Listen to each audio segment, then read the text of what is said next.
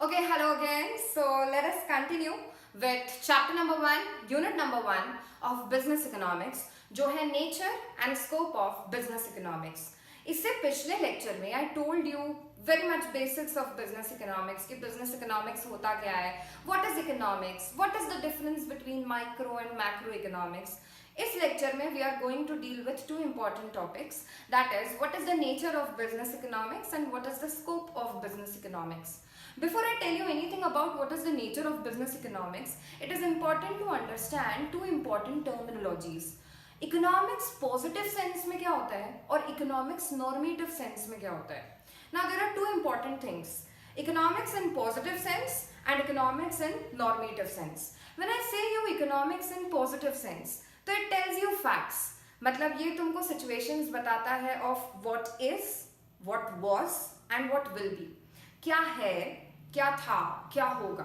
जब मैं फैक्ट्स को एज इट इज बताती हूँ, भले ही वो पास्ट से रिलेटेड हो, प्रेजेंट से रिलेटेड हो या फ्यूचर से रिलेटेड हो, तो वो होता है पॉजिटिव इकोनॉमिक्स या economics in a positive sense. लेकिन अगर मैं सिचुएशंस बताती हूँ of what ought to be, कैसा होना चाहिए, if I give you suggestions, तो ये होता है economics in a normative sense. Okay, if I say you कि currently यार इंडिया में poverty is approximately 20% of the population is below poverty line, या फिर unemployment का rate is approximately 5%, ये सब facts हैं. तो that is why this is economics in a positive sense. लेकिन अगर मैं बोलती हूँ कि poverty नहीं होनी चाहिए या फिर unemployment नहीं होना चाहिए, तो ये सारी चीज़ें हैं economics in a normative sense. Positive sense का इकोनॉमिक्स क्योंकि आपको फैक्ट्स बताता है, तो इसीलिए उसको वेरीफाई किया जा सकता है. मतलब क्योंकि वो रियलिस्टिक सिचुएशन से डील कर रहा है, तो आप उसको एक्चुअल में वेरीफाई कर सकते हो कि वो एग्जिस्ट करता है या नहीं करता. लेकिन क्योंकि नॉर्मेटिव इकोनॉमिक्स आपको केवल सजेशन देता है, it is an imaginary situation, so that is why it can not be verified. Normative economics कभी भी वेरीफाई नहीं किया जा सकता. Next important point of difference is क्योंकि positive economics deals with facts, वो आपको सिर्फ फैक्ट्स बता देगा कि भाई ऐसा था, ऐसा है और ऐसा होगा, तो इसीलिए वो कभी आपको वैल्यू जजमेंट्स नहीं देता. वैल्यू जजमेंट्स का मतलब होता है कि सही और गलत की स्थिति बताना, what is right, what is wrong. ठीक है, वैल्यू जजमेंट्स का एक और टर्म है दैट इज वेलफेयर प्रोपोजिशंस देना. ये एग्जाम में पूछा जा चुका है कि वेलफेयर प्रोपोजिशंस किस तरह की इकोनॉमी में दिए जाते हैं. Answer would be not positive, rather it would be normative.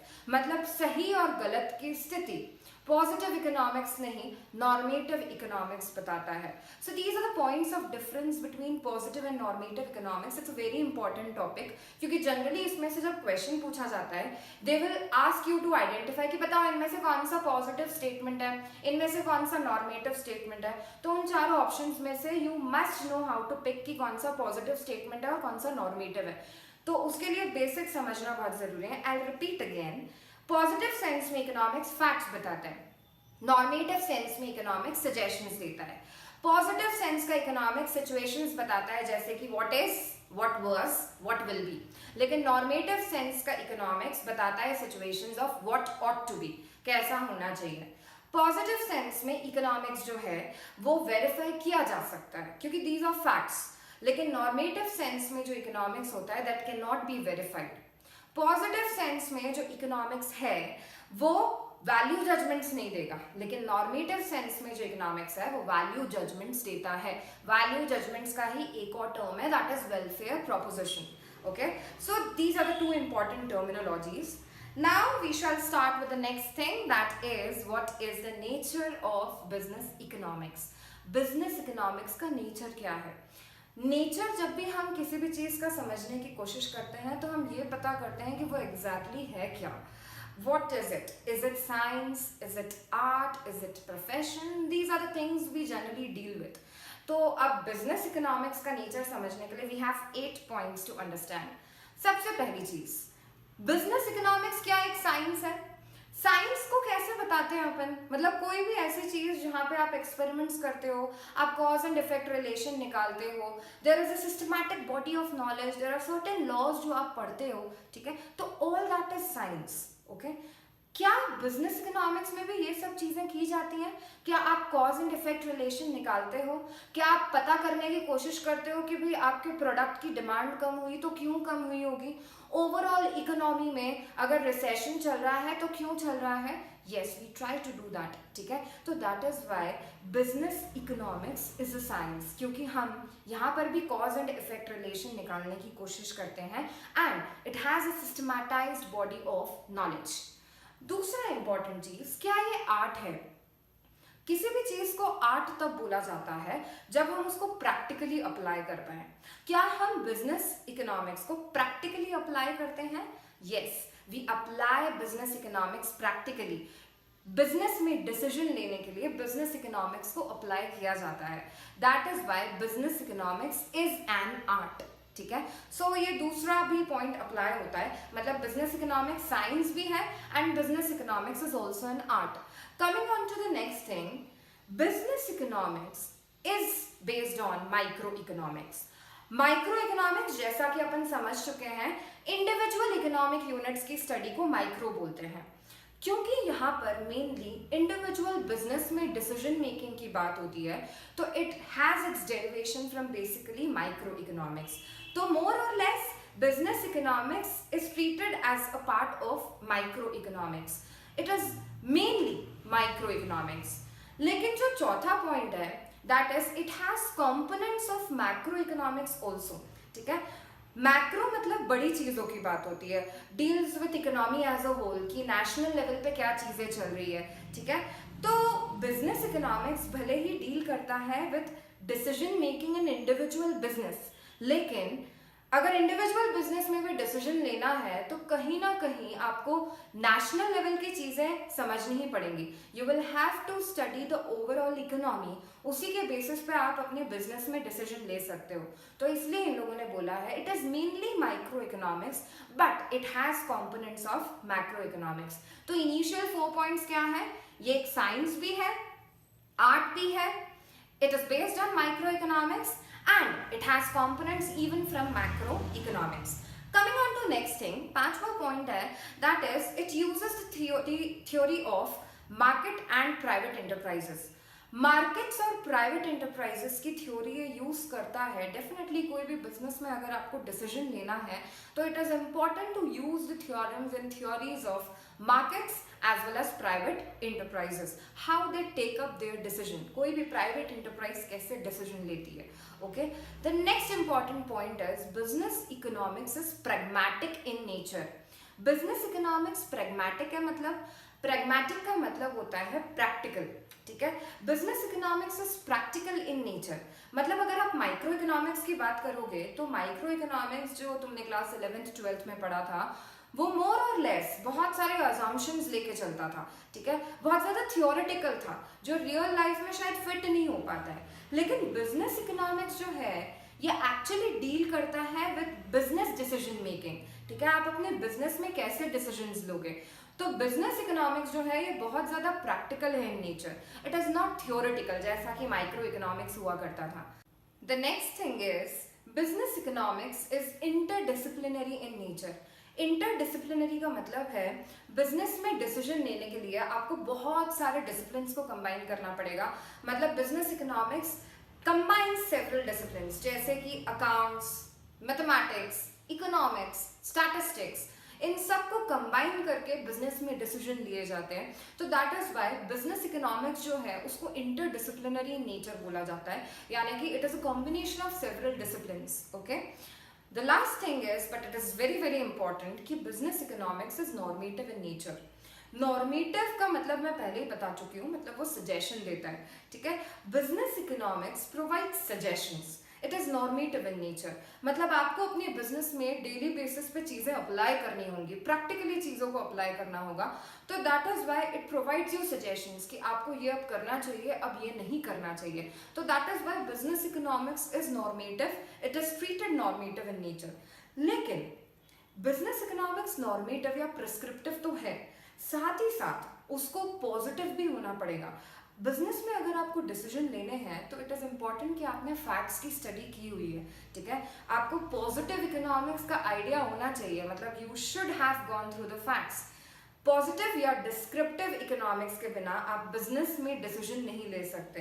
तो that is why it is more और लेस नॉर्मेटिव इकोनॉमिक्स, या it is mainly normative economics, क्योंकि आपको अपने बिजनेस में डिसीजन लेने होते हैं, आपको अपने बिजनेस में सजेशंस देने होते हैं, लेकिन वो सजेशंस बिना फैक्ट्स की स्टडी किए नहीं दिए जा सकते. तो that is why it is normative in nature mainly, but it also has elements of positive economics. So these were the points of nature of business economics. So let us have a repetition of all the 8 points. सबसे पहली चीज, business economics is a science. Second, it is an art. Third, it is microeconomics. It is based on microeconomics. But fourth thing is, it has elements of macroeconomics. Nextly, it uses the theory of markets and private enterprises. उसके बाद next point है sixth one, that is, it is pragmatic in nature. Seventh point है it is interdisciplinary in nature, and finally it is normative in nature. इनमें से जो सबसे important points I would say, एक तो normative in nature and micro and macro economics वाला point is the most important. इसमें से कुछ conceptual questions जरूर आ सकते हैं, लेकिन बाकी में even if you remember the headings, it is going to be sufficient. Coming on to the next topic, that is scope of business economics. What is the scope of business economics? Business economics का scope बहुत ही wide है, क्योंकि इसमें micro economics के elements भी हैं और इसमें मैक्रो इकोनॉमिक्स के एलिमेंट्स भी हैं. Micro economic elements helps in taking the internal decisions, whereas macro economic elements external decisions के लिए इंपॉर्टेंट है. माइक्रो इकोनॉमिक एलिमेंट्स में टोटल 8 पॉइंट्स हैं जो हमको समझने हैं, और मैक्रो इकोनॉमिक एलिमेंट्स में they have not given specific headings and description sort of. There are certain examples या कंपोनेंट्स के कुछ एग्जांपल्स दिए हुए हैं, ठीक है, तो वील डील विद इट. सबसे पहले if I talk about micro economics में क्या क्या इंक्लूड होगा. सबसे पहली चीज, demand analysis and demand forecasting. Demand analyse करना मतलब एक्चुअल में कंज्यूमर की प्रेफरेंसेस को पता करना, एनालाइज करना कि भाई किस चीज की डिमांड ज्यादा है, और कोई भी फैक्टर अगर चेंज होता है, लोगों की इनकम चेंज होती है, प्रोडक्ट की प्राइसेस चेंज होती हैं, तो इसकी वजह से डिमांड पे क्या असर पड़ेगा. अगर इन सब चीजों को पढ़ा जाता है तो that is basically demand analysis. लेकिन what is demand forecasting? Forecast करना मतलब फ्यूचर प्रेडिक्ट करना, ठीक है. अगर मैं फ्यूचर को प्रेडिक्ट करने की कोशिश करती हूँ based on past and present scenarios, past data को यूज करके और प्रेजेंट सिनेरियो को देखकर अगर मैं फ्यूचर डिमांड बताने की कोशिश करती हूँ तो उसको बोला जाता है डिमांड फोरकास्टिंग. तो इंटरनल डिसीजन में सबसे पहली चीज जो बिजनेस इकोनॉमिक्स करता है that is demand analysis and demand forecasting. The second important point of micro economics is production and cost analysis. दूसरी इंपॉर्टेंट चीज जिसमें बिजनेस इकोनॉमिक्स हेल्प करता है वो है analysing the production and analysing the cost.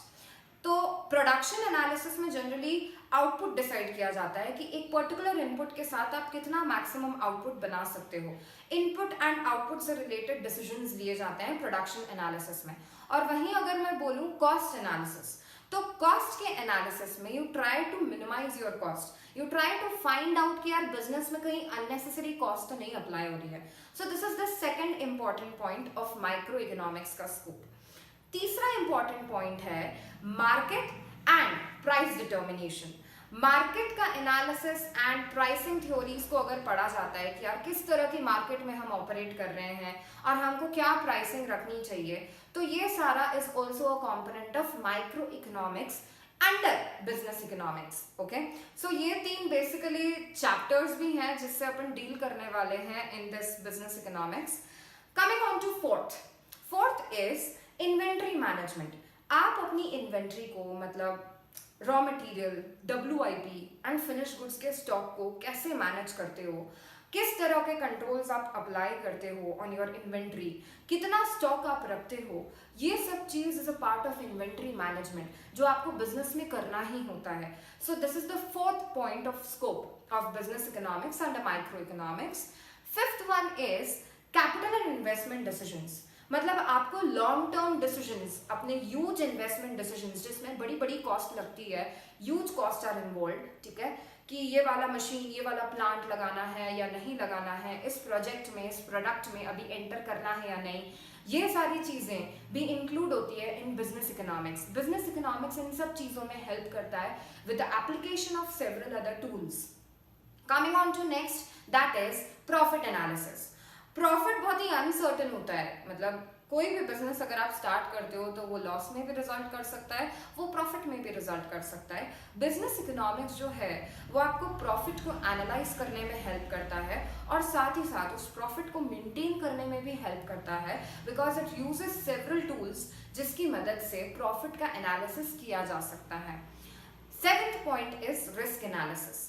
Risk analysis मतलब कोई भी बिजनेस में रिस्क तो होती है, because there is a possibility of loss, there is a possibility of profit. कोई भी बिजनेस आप स्टार्ट करते हो, it has huge risk involve. Business economics जो है बहुत सारे टूल्स अप्लाई करके वो रिस्क एनालाइज करने की कोशिश करता है एंड उस रिस्क को कम करने की कोशिश करता है, ठीक है। So even this is a part of scope of business economics. Finally the last point is resource allocation. Business economics uses several tools again, जिससे कि आप अपने थोड़े से बिजनेस के रिसोर्स को बेस्ट पॉसिबल वे में डिस्ट्रीब्यूट कर सकते हो या अलोकेट कर सकते हो, जिससे कि आपकी अनलिमिटेड वांट सेटिस्फाई हो पाए, ठीक है। So it is also helpful in resource allocation. These are the 8 points covered under scope of business economics under the heading micro economics. Let us repeat: demand analysis and demand forecasting. Second is production and cost analysis. Third important point is market and pricing theories या price determination. Next thing is inventory management. उसके बाद वाला है capital and investment decision. The next one is 2 points are related to analysis, that is profit analysis and risk analysis. And finally the last one is resource का allocation. ठीक है, these are the 8 points under microeconomics. Macro economics के scope में क्या क्या आता है? Macro economics में आएगा जैसे कि यार what are the financial policies of government. Government ने क्या क्या पॉलिसीज बनाई है in relation to taxes, in relation to subsidies, what is the national income, what is the level of poverty in our country, what is the level of unemployment.